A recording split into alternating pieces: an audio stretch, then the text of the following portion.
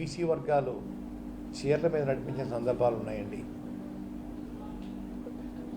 దళితులైతే రోజు ఎప్పుడు ఊళ్ళోకి వెళ్ళినా 20-30 బిందెలు నీళ్లు కాళ్ళ మీద పోసేవారండి. కొంతమంది అయితే పల్లెల్లో ఆ తండ్రి గారి కాళ్ళ మీద నీళ్లు పోసి ఆ పల్లెల్లో నీళ్ళు అలా స్నానం చేసి మీద పోసుకునేవారండి. అటువంటి అభిమానం పొందిన కాన్స్టిట్యున్సీ అండి. వారి భిక్ష వల్ల ఈరోజు నేను ఈ స్థాయికి వచ్చానండి. దీంట్లో ఎవరు ప్రమేయం లేదండి.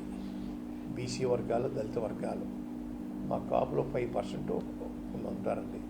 ఇతరులు అగ్ర కులాల్లో కొంచెం పేదవారు, వాళ్ళు ప్రేమతో వచ్చానండి. కానీ పోస్టింగుల్లో రకరకాలుగా పెడతా ఉన్నారు, బాధాకరం అండి. నేను రాజకీయాలు రావడానికి కాపులు కారకులు కాదండి. నేను ఎవరు అనుమతి తీసుకోవాల్సిన పని లేదు. రాజకీయాలు నా ఇష్టం అండి. మొలతాడు లేనోడు, లాగు లేనోడు నాకు రాజకీయ పాఠం చెప్తా ఉన్నాడు, చాలా తప్పు. నేను మా పత్తిపాడు నియోజకవర్గ ప్రజల భిక్షతోటి రాజకీయాలకు వచ్చాను. ఇప్పటికీ వారి భిక్షే ఈరోజు గుర్తు వస్తుందండి. వారి భిక్షతోటి ఎన్నో ఉద్యమాలు చేశానండి. కాపుల కోసం చేశాను, దళితుల కోసం చేశాను. నక్సలైట్లకు సహకరించారని కేసు పెడితే అందులో 2-3 కులాలు కూడా ఉన్నాయండి. దళితులు ఉన్నారు, ముస్లిమ్స్ ఉన్నారు, ఇతర వర్గాలు కూడా ఉన్నారండి. వారికి కూడా సహాయపడ్డాను. ఇంకో విషయం చెప్తా ఉన్నాను, మండలం ఎన్నికలు వచ్చేయండి. ఎల్లప్పుడు మండలం ఓసీ అయిందండి. బీసీ వర్గాల దత్తులు గారు గెలిపించానండి. 10,000 మెజార్టీతో గెలిపించాను. అలాగే రెండోసారి మళ్ళీ ఓసీ అయిందండి. దళితుల్ని ఓసీలో మండపెట్టం చేశాను.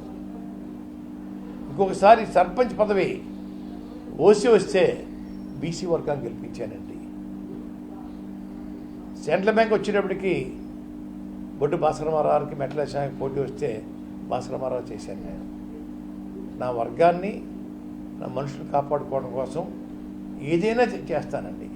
అక్కడ కులం కాదని, అక్కడ నా వర్గం ముఖ్యం. రకరకాల పోస్టులు పెడతా ఉన్నారు, తెలియక పెడతా ఉన్నారు. వారు సినిమాలో హీరో అవ్వచ్చండి, నేను రాజకీయాల్లో హీరో అని. అంత పెద్ద హీరో కాబట్టి చిన్న హీరో అని, వాళ్ళు పెద్ద హీరోలు అవ్వచ్చు. ముఖ్యమంత్రి గారి దగ్గర ఎందుకు వెళ్తున్నాడు, మా నాయకుడి దగ్గర ఎందుకు రాలేదు అని కామెంట్స్ పెడతా ఉన్నారు. ముఖ్యమంత్రి గారు కుటుంబంకి ఒక చరిత్ర ఉంది. వాళ్ళ తండ్రి గారు రాజశేఖర రెడ్డి గారండి ఎమ్మెల్యే, ఎంపీ, మంత్రి, ముఖ్యమంత్రి చేశారు. జగన్మోహన్ రెడ్డి గారు ఎమ్మెల్యే, ఎంపీ, ముఖ్యమంత్రి చేస్తూ ఉన్నారు. వారు పెద్దను పంపించారండి. మిథున్ రెడ్డి గారిని, కాకినాడ ఎమ్మెల్యే చంద్రశేఖర రెడ్డి గారిని, కాకినాడ ఎమ్మెల్యే గీత గారిని, మాజీ మంత్రి పార్టీ ప్రెసిడెంట్ కన్నబాబు గారిని పెద్దలు పంపించి దాన్ని పార్టీలోకి ఆహ్వానించారండి. నేను సంతోషంగా అంగీకరించాను. వస్తాను, వెళ్ళానండి. మా దగ్గర వెళ్తున్నారు కదా, మా దగ్గర ఎందుకు రాలంటున్నారు. మీరు ఏంటి పొడుగు, ఏంటండి ఇందుని? ఆయన సినిమా ఫీల్డ్లో గొప్పవాడితే అవ్వచ్చు, రాజకీయాల్లో నేను గొప్పవాడిని. గతంలో చంద్రబాబు నాయుడు గారండి లోక్సభ స్పీకరు బాలయ్య గారిని, అసెంబ్లీ స్పీకర్ రామకృష్ణ గారిని, ప్లానింగ్ బోర్డు వైస్ చైర్మన్ బొడ్డు భాస్కరరావుని పంపించి నన్ను ఆహ్వానించారు. చంద్రబాబు నాయుడు దగ్గరికి వెళ్ళానండి. రాజకీయంలో ఆయన పండిపోయి ఉన్నాడు, వారింటికి వెళ్ళాను. రాజీవ్ గాంధీ గారి ఆహ్వానం మేరకు రాజీవ్ గాంధీ గారు ఢిల్లీలో కలిశానండి. రాజకీయ నాయకుడిని గౌరవిస్తారండి. వారు రారా, వస్తా అని చెప్పేసి ఎనమ్మకు నీటిలో నానబెట్టేసి అదిగో ఇదిగో చెప్పడమా, ఎందుకు రాలేదంటమా, ఇది మంచి పని కాదు. మిత్రులారా, మిమ్మల్ని మిత్రుల్లో ఏమో చెప్పలేకపోతున్నాను, గౌరవమైన సోదరులు అంటున్నాను. తప్పుడు పోస్టింగ్లు పెడతా ఉన్నారు. రాజకీయాల్లో నేను ముందున్నాను, సినిమా ఫీల్డ్లో నేను ముందున్నాను. వీళ్ళందరూ ఎవరు లేరు, మాకు పాఠాలు చెప్పడానికి వీళ్ళకి హక్కు లేదు. రాజకీయాలు నేర్చుకోండి, మా దగ్గర నేర్చుకోవాలా. ఇంకో విషయం చెప్తానండి, ఆ రోజుల్లో మా తాతగారు కర్నూలు మున్సిపల్ ట్రైనింగ్ అయ్యేది ఐఏఎస్ ఆఫీసర్లకండి. ప్రతి ఐఏఎస్ ఆఫీసరు మా తండ్రి గారు మా తాతగారి దగ్గర ట్రైనింగ్ వచ్చిన సందర్భం ఉన్నాయండి. ఒక సీనియర్ ఐఏఎస్ ఆఫీసర్ చెప్పాడు, మీ తాతగారి పేరు ఈ ట్రైనింగ్ లిస్టులో ఫస్ట్ పేరు ఉందండి, మీకు ఎంతో మీకు గౌరవం అని చెప్పానండి. అటువంటి చరిత్ర గల కుటుంబమా. ఏదో వారి వల్ల నేను ఎమ్మెల్యే అయిపోయాను, వారి దయతో మంత్రి అయిపోయి రాస్తా ఉన్నారు. తప్పు నాన్న, తప్పు. మీకు తెలియక రాస్తున్నారు, తప్పు. ఆపండి పోస్టింగ్లు. ఎప్పటికి కూడా చెప్పుకుంటాను, నా రక్తం ఎర్రగా ఉన్నంత కాలం నా భిక్ష, మా రాజకీయ భిక్ష పెట్టింది మా పత్తిపాడు ప్రజానికి చెప్పుకుంటాను. ఎవరి భిక్ష కాదు, వారి భిక్షతోటి ఉద్యమాలు చేసాం. ఎప్పుడు ఏ ఉద్యమం చేసినా కూడా బీసీలు దళితులే ముందు ఉంటారండి. సైకిల్ ర్యాలీ చేశానండి.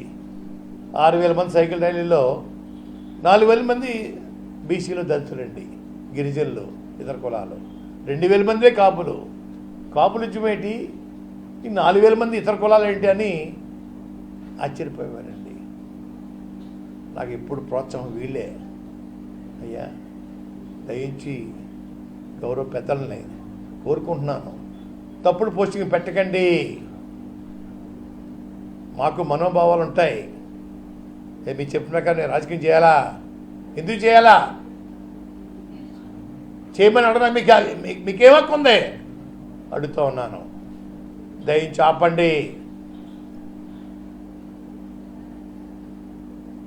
చంద్రబాబు నాయుడు గారు ముఖ్యమంత్రి చేశాడు, ఆయన వెళ్ళాను, రాయబారం చేస్తే వెళ్ళానండి. అలాగే ముఖ్యమంత్రి గారు రాయబారం పంపించారు, పిలిపించారు, వెళ్ళానండి. వీరికి వచ్చిన గౌరవం ఇతరులకు ఇవ్వమంటే నేమనండి, ఎందుకు ఇవ్వాలా? ఏమన్నా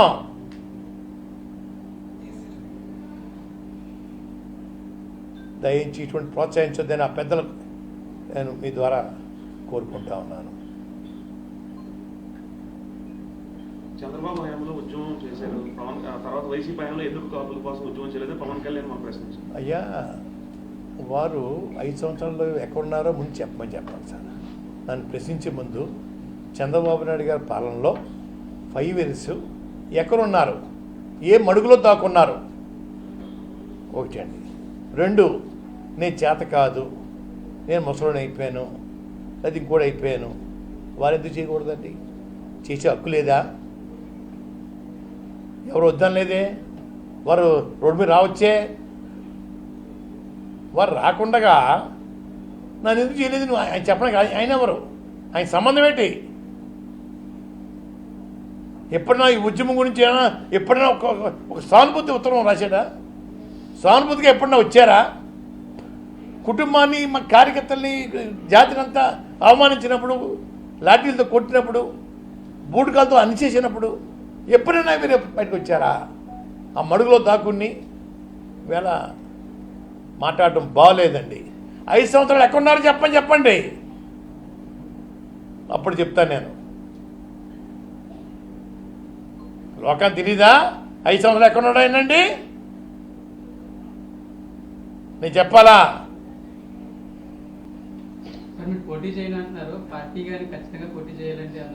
పార్టీ ఆదేశం ఏదన్నా శిరసావిస్తాను సార్.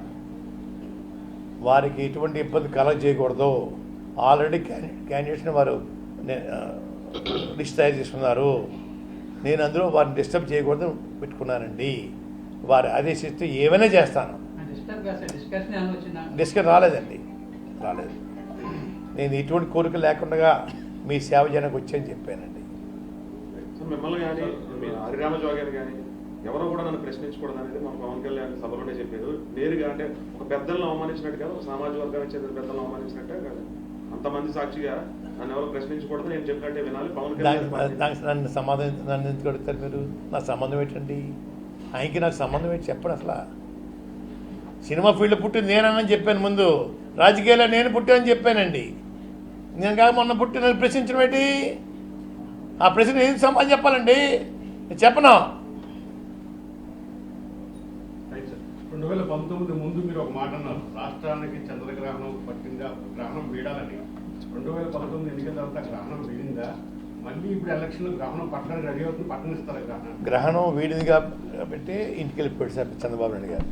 మమ్మల్ని ఊచకోత కోసేసి హాస్పిటల్ని జైల్లో 14 రోజులు ఒకే బట్టతోటి స్తనాంగం లేకుండా మమ్మల్ని మగ్గిలా చేశాడు సార్. దానికి కారణం తెలుసా మీకు? కుటుంబంతో ఆత్మహత్య చేసుకునేలాగా ఒక విధంగా ప్రోత్సహించాడు సార్. పోతే దరిద్రం పోతుంది చూశాడు సార్. ఆయన భగవంతుడు నాకు కళ్ళకు వచ్చి ఆ పతనం చూద్ది కానీ బిడ్డ, పతనం చూడకుండా వెళ్ళిపోతే ఎలాగా అని భగవంతుడు నాకు కనపడి ఆత్మహత్యగా చేసుకోకండి, ఆ పతనం చూద్ది కానీ నేను రోజు దేవుడి పట్టణానికి ఏం కోరుకోలేదు సార్. అన్ని పండుగలు ఆపేశాను సార్. మాకు చేసిన అవమానాలకి తగిన శాస్తి జరగాలి, భూస్థాపితం అయిపోవాలి అని కోరుకునేవాడిని సార్. భగవంతుడు అది కనుకరించాడు సార్.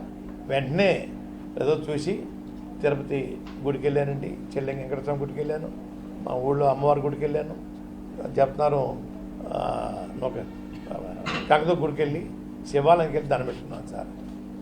అయ్యా విముక్తి అయిందని చెప్పేసి ఒక 30 సంవత్సరాలలో ఈ ముఖ్యమంత్రి పీఠం కోసం ఎవరు చూడక్కర్దు సార్, వీరే ఉంటారు సార్. దేశ చరిత్రలో ఎవరు కూడా ఇన్ని రోజులు ముఖ్యమంత్రి చేసిన వాళ్ళు ఎవరు ఉండరు, వీరు తప్ప అనే చరిత్ర సృష్టించుకుంటారు సార్. పేదల పెన్నిది 10 మందికి రావచ్చు, 10 రావచ్చు, అందరికీ ఒకసారి అవ్వవు సార్. ఏ స్కీము కూడా ఎన్నో నేను చేసిన స్కీములు ఎమ్మెల్యేగా మంత్రికి చేశాను, అందరికీ ఒకసారి అవ్వవు సార్. ఆ తెల్లే అందరికీ ఒకసారి పెట్టదు, కష్టం. పిల్లలందరూ ఒకలా ఉండరు. ఒక పిల్లడు ఐఏఎస్ అవుతాడు, ఒక పిల్లడు కూలర్ అవుతాడండి. అంత మాత్రాన తప్పు విషయం కాదు, ఆ పరిస్థితిని బట్టి ఉంటుంటాయి సార్. ప్రతి స్కీము ప్రజలకి, పేదవాళ్ళ కోసం, పేదవాళ్ళ ఆకలి కోసం, పేదల పెన్నిదిగా ఉన్న ముఖ్యమంత్రి గారు 30 సంవత్సరాల పాటు భగవంతుడు దీవిస్తాడు, ప్రజలు దీవిస్తారని నేను కోరుకుంటా ఉన్నాను, ఆశీర్వదిస్తాను. వారాహి సమయంలో మీరు లేఖ విడుదల చేశారు. అయ్యా వారాహి సమయంలో మీరు లేఖ విడుదల చేశారు. పవన్ కళ్యాణ్ పిఠాపురం పోటీ చేస్తే నేను పోటీ చేస్తాను. ఆయన పిఠాపురం పోటీలో సిద్ధంగా ఉన్నారు, మీరు సిద్ధంగా ఉన్నారా? నేను పార్టీలో చేరిపోయాను సార్. అప్పుడు ఇండిపెండెంట్గా ఉన్నాను సార్, పార్టీలో చేరాను సార్. పార్టీ ఆదేశాలు శిరసావహిస్తాను అలా చెప్పాను. పార్టీ ఆదేశిస్తే ఏమైనా చేస్తాను. ఇప్పుడు ఆదేశిస్తే పోటీ చేస్తారు. అయ్యా పిఠాపురం పార్టీ ఆదేశిస్తూ ఏదో చేస్తా చెప్పాను. అన్ని అందరికి వస్తాయి సార్ అర్థాలు. మీరు రకరకాల ప్రశ్న వేయకండి. పార్టీ ఆదేశిస్తే ఏదైనా చేయడానికి సిద్ధం అండి. ఉద్యమంలో చాలా ఇబ్బందులు పడ్డారు, అవమానపడ్డారు. అలాగే రీసెంట్గా వైసీపీ చేయడానికి ముందు జనసేన నేతలు ఇంటికి వచ్చి మరి చేరండి అని చెప్పుకోరు. అప్పుడు కూడా మిమ్మల్ని అవమానించినట్టు రకంగా జనసేన నుంచి మామూలు అవమానం కాదు సార్. రాయబారం చేశారు సార్, వస్తా అన్నారు సార్ అంటారు. వెల్కమ్ సార్, వెల్కమ్ చెప్తాను, ఆహ్వానిస్తాను చెప్పాను. మళ్ళా వచ్చేసేసి జనవరి 20 తారీఖులోపు వస్తున్నారండి, లేదు అయోధ్యలో వచ్చినా వస్తా అన్నారండి అని చెప్పడం జరిగింది సార్. 23 వచ్చేసారండి, 24, 25 నేను వెంటనే బొలిస శ్రీని గారు ఫోన్ చేసి, సార్ మీకు నాకు ఉన్న స్నేహం చెడిపోకూడదు. 93లో సార్ 6,000 మందికి వంట వండించారు సార్ బొలిస శ్రీని గారు. నిన్న మొన్న స్నేహితుడు కాదు సార్ నాకు. మా సైకిల్ ర్యాలీకి 6,000 మందికి భోజనం వండించాడు సార్. అప్పటి నుంచి మా ఇద్దరికి బంధం. అంచేత వస్తే నమస్కారం సార్ శ్రీని గారు, రాకపోతే 2 నమస్కారాలు. వాళ్ళ పర్మిషన్ కావాలా వాళ్ళకి, బహుశా వచ్చి ఉండవు అని చెప్పడం జరిగింది సార్. అదిగో ఇదిగో అదిగో ఇదిగో అని చెప్పేసి నేను అన్నాను సార్. తర్వాత వాసు గారు ఆయన వచ్చారండి, కలుస్తాను. ఏంటికండి 70-80 సీట్లు పోటీ చేయండి, ముఖ్యమంత్రి షేరింగ్ అడగండి, నేను శరీరం దాచుకోకుండా పని చేస్తానని చెప్పాను. 20 సీట్ల కోసం నన్ను ఎందుకు ఆహ్వానిస్తారు? ఎందుకండి దేనికోసం సేవ చేయాలా? మీకు ముఖ్యమంత్రి ఎట్లా చెప్పండి. ఫస్ట్ మీకు ముఖ్యమంత్రి మీకు 2, 3 చంద్రబాబు నాయుడు గారు పంచుకుందాం, 70-80 సీట్లు తీసుకోండి అని ఆఫర్ చేసి ఉంటే అప్పుడు చెప్పండి సార్, నేను చేస్తాను. ఇంకోటి కూడా చెప్పాను సార్ వాసు గారికి, అయ్యా వాసి గారు, చంద్రబాబు నాయుడు గారు జైలుకి వెళ్ళిన తర్వాత వారి గ్రాఫ్ పూర్తిగా భూస్థాపితం అయిపోయింది. పవన్ కళ్యాణ్ గారు జైలుకి వెళ్ళి చూసి వచ్చిన తర్వాత బయటకు వచ్చి భరోసా ఇచ్చిన తర్వాత గ్రాఫ్ విపరీతంగా పెరిగిందండి. మీ వల్ల పెరిగింది గ్రాఫ్. చంద్రబాబు నాయుడు గారు ఏం చేయాలా? కళ్యాణ్ గారు జరిగిపోయింది, ఇద్దరు ఆఫ్ పోటీ చేసుకుందాం, ముందు మీరు రుణం తీసుకోండి, తర్వాత నాకు మోడీ ఇవ్వండి అయినాయి అడిగి ఉండాలా వాసు గారు? అటువంటి మాట కూడా పొందడానికి మీకు అర్హత లేకుండా పోయిందే. కానీ మీరన్నా అడగాలి కదా. లేనప్పుడు నేను ఏం చేస్తాను సార్? 20 మంది కోసం ఏం చేస్తాను సార్ సర్వీస్ నేను? అలాగే బీజేపీ వాళ్ళు అడిగారు సార్, మిథున్ రెడ్డి గారు వస్తున్నారనిపోతే బీజేపీ నుంచి ఫోన్ మీద ఫోను. అయ్యా నేను అన్నానండి, నాకు మా అబ్బాయికి మంచి పదవులు ఏమొద్దు, మా కుటుంబం కోసం కాదు. మీరు 175 సీట్లు పోటీ చేస్తామని చెప్పండి, నేను పనిచేస్తాను. 175 సీట్లకి మంచి హైప్ రావాలంటే చెప్పండి, నేను చెప్తాను. మూడే మూడు. ఒకటి, స్టీల్ ప్లాంట్ ప్రభుత్వం ఆధీనంలో ఉంచుకుంటామని చెప్పండి. 2, ప్రత్యేక హోదా ఇవ్వండి. 3, పోలవరం ప్రాజెక్ట్ మేము కేంద్రం టేకప్ చేస్తాం అని చెప్పండి. అది కూడా ప్రధానమంత్రి గారు, హోమ్ మినిస్టర్ అమిత్ షా గారు మన ఆంధ్ర వచ్చి బహిరంగ సభ చెప్పండి, మీకు సర్వీస్ చేస్తాను. 5 సీట్ల కోసం 6 సీట్ల కోసం మీరు త్యాగం చేయకండి, నన్ను లాక్కండి రోడ్డు మీదకి, అన్నీ పోటీ చేయండి, నేను చర్య దర్శకం చేస్తాను. 4వ సైజు కూడా ఇద్దాం అనుకున్నాను సార్, ఇంక వద్దులే అని చెప్పి మానేశాను సార్. వద్దులేండి కాదు సార్, అంటే హైప్ రావడం కోసం సలహాలు ఇద్దామని చెప్పి. స్టీల్ ప్లాంట్ విషయం సార్ ఎవరికి తెలియదు సార్, మీకు కూడా తెలియదు. 76 మంది ఎమ్మెల్యే రాజీనామా చేశారు సార్ రోజుల్లో. అందులో మా తండ్రి గారు ఇండిపెండెంట్ ఎమ్మెల్యే, వారు రాజీనామా చేశారు సార్. ఎంతోమంది ప్రాణ త్యాగం చేశారు, ఎంతోమంది రైతులు భూములు దానం చేశారు సార్. 500, 1000 ఇచ్చారు సార్ ఎకరానికి. పేద రైతులండి, దేనికోసం ఇచ్చారు సార్? మా పిల్లలకు ఉద్యోగాలు వస్తాయని చెప్పి ఆశపడి ఇచ్చారు సార్. ఆ రోజుల్లో అమృతరావు గారు ఆమరణ చేస్తే సార్ డైలీ రిలే ఫాస్టింగ్లు ఉండేయండి. మా తండ్రిగా కాక కలెక్టర్ ఆఫీస్ దగ్గర ఒకరోజు నన్ను టెస్ట్లో కూర్చోబెట్టారు సార్ ఆ స్టీల్ ప్లాంట్ కోసం. అటువంటిది ప్రైవేట్ పరం చేస్తుంటే బాధ కలిగి ప్రధానమంత్రిగా కూడా వస్తున్నా సార్ నేను, తప్పండి అయ్యా, ఆలోచించండి అయ్యా, న్యాయం కాదండి అయ్యా రాశాను సార్. అవి చేయమన్నా సార్ నేను. 3, ప్రజల కోసం చేయమన్నా సార్, మా కోసం, మా కుటుంబం కోసం లేదు. 3 చేస్తామని చెప్పేసి ఆన్ పేపర్ ప్రధానమంత్రి గారు, అమిత్ షా గారు ఆంధ్ర వచ్చి మీటింగ్లో అనౌన్స్ చేస్తే తప్పనిసరిగా మీకు సర్వీస్ చేస్తారు. అది కూడా 175 పోటీ చేస్తేనండి. అప్పుడు జగన్మోహన్ రెడ్డి గారు క్షమించండి అయ్యా, మీ పిలుపు నేను తిరస్కరిస్తున్నాను చెప్పుకుంది సార్. చెప్పుకుందని ఒప్పిందనండి. రాష్ట్ర ప్రయోజనం కోసం వారు నిన్నటి మొన్నటి వరకు కూడా నాకు సలహాలు ఇచ్చారు, ఇప్పుడు అందరూ వైసీపీలోకి వెళ్ళిపోయారు, ఇప్పుడు అక్కడ సలహాలు ఇవ్వగలరని చెప్పి పవన్ కళ్యాణ్ అన్నాడు. నేనేమి ఇంక సలహా ఇవ్వలేదు సార్. ఇంకెప్పుడు అసలు సినిమా యాక్టర్తో ఈ రోజుకి నా ముఖం చూడలేదు సార్. ఆయన సినిమా అన్నట్లు నా ముఖం వారు చూడలేదు, ఆయన ముఖం నేను చూడలేదు సార్. ఇంతవరకు ఎప్పుడు మాట్లాడుకోలేదు సార్. అయ్యా నేను సలహాలు ఇవ్వలేదు సార్. ముఖ్యమంత్రిగా అన్ని సలహా ఇస్తాను సార్, నా తోచిన సలహా ఇస్తాను సార్.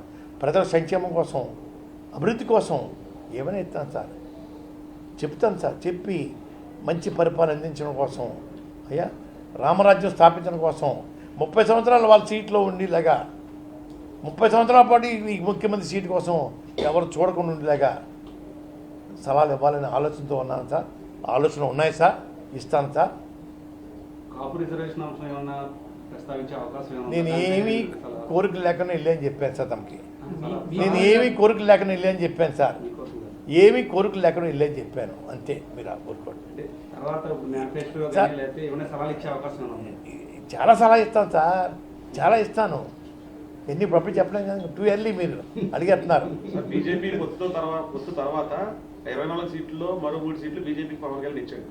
తర్వాత ప్రెస్ మీట్ పెట్టినప్పుడు ఆయన చాలా బాధపడ్డాడు.